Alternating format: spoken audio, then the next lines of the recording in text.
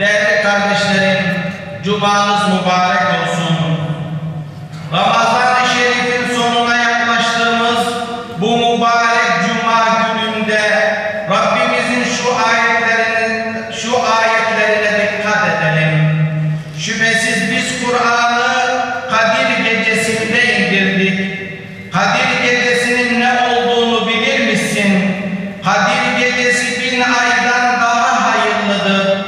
Melekler ve Cebrail o gecede Rablerinin izniyle her türlü iş için iner de iner. O gece kan yerinin ağarmasına kadar bir esenliktir. Bu muazzez cuma vaktinde Resul-i Ekrem'in müjdesine de ümit bağlayalım. Kim inanarak ve sevabını Allah'tan umarak Kadir Gecesi'ni ihya ederse geçmiş günahları affolur. Bu gece inşallah Kadir Gecesi'ni idrak edeceğiz. Kadir Gecesi insanı Rahman'ın affıyla, insanlığı Kur'an'ın aydınlığıyla buluşturan eşsiz bir gecedir. İhya etmek isteyen her mümin elbette öncelikle Kur'an'a yönelmelidir. Kur'an-ı Kerim'i güzel okumanın, en güzel biçimde anlamanın ve yaşamanın hayatın ana gayesi olduğunu bir defa daha hatırlamalıdır. Bilinmelidir ki halis dindarlık yalnız Allah için olanıdır. İnsanın başıboş yaratılmadığı gibi, yaratıldıktan sonra da başıboş bırakılmadığını idrak eden bir Müslüman, yalnızca Allah'a kulluk eder.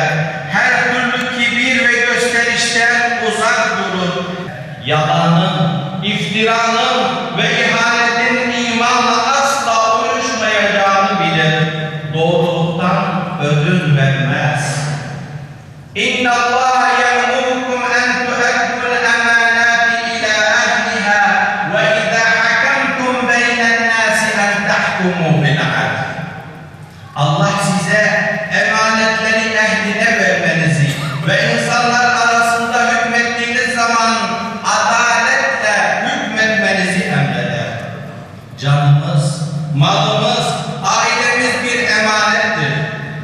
Ey iman edenler! Karşılıklı rızaya dayanan ticaret dışında mallarınızı aranızda batıl yollarla yemeyin. Kendinizi helak etmeyin. Müslüman rızkını helal yoldan temin eder. Ticaretine haram bulaştırmaz. Hırsızlık, gasp, rüşvet, faizcilik, tefecilik, kumar, fahiş fiyat, aldatma gibi batıl yollara tevessül etmez. İnsanlığın yararına kullanmak, sağlığın şükrü ise ey iman edenler, Allah'a itaatsizlikten sakının. Kadir Gecesi'ni kendimizi muhasebe edebileceğimiz, günahlarımızdan af ve mağfiret dileyebileceğimiz bir fırsat olarak değerlendirelim. Yaşanan trafik kazaları, bayram sevincimizi hüzne dönüştürmektedir. Anlayışlı ve dikkatli davranmaya, birbirimizin hak ve hukukuna saygılı olmaya da davet ediyorum.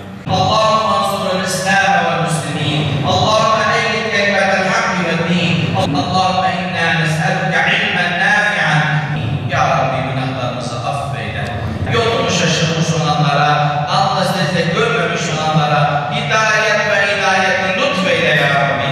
Eşhedü en la ilahe illallah. Allahu ekber, Allahu ekber.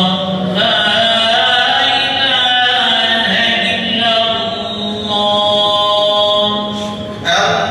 Allahu ekber.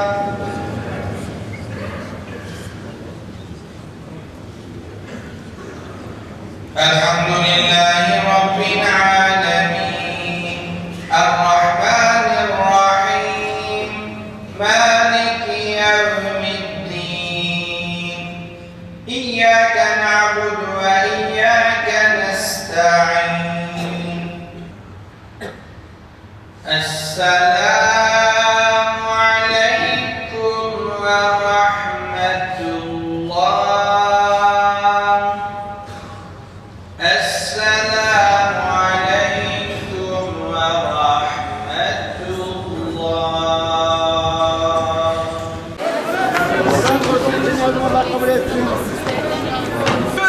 Dikkat!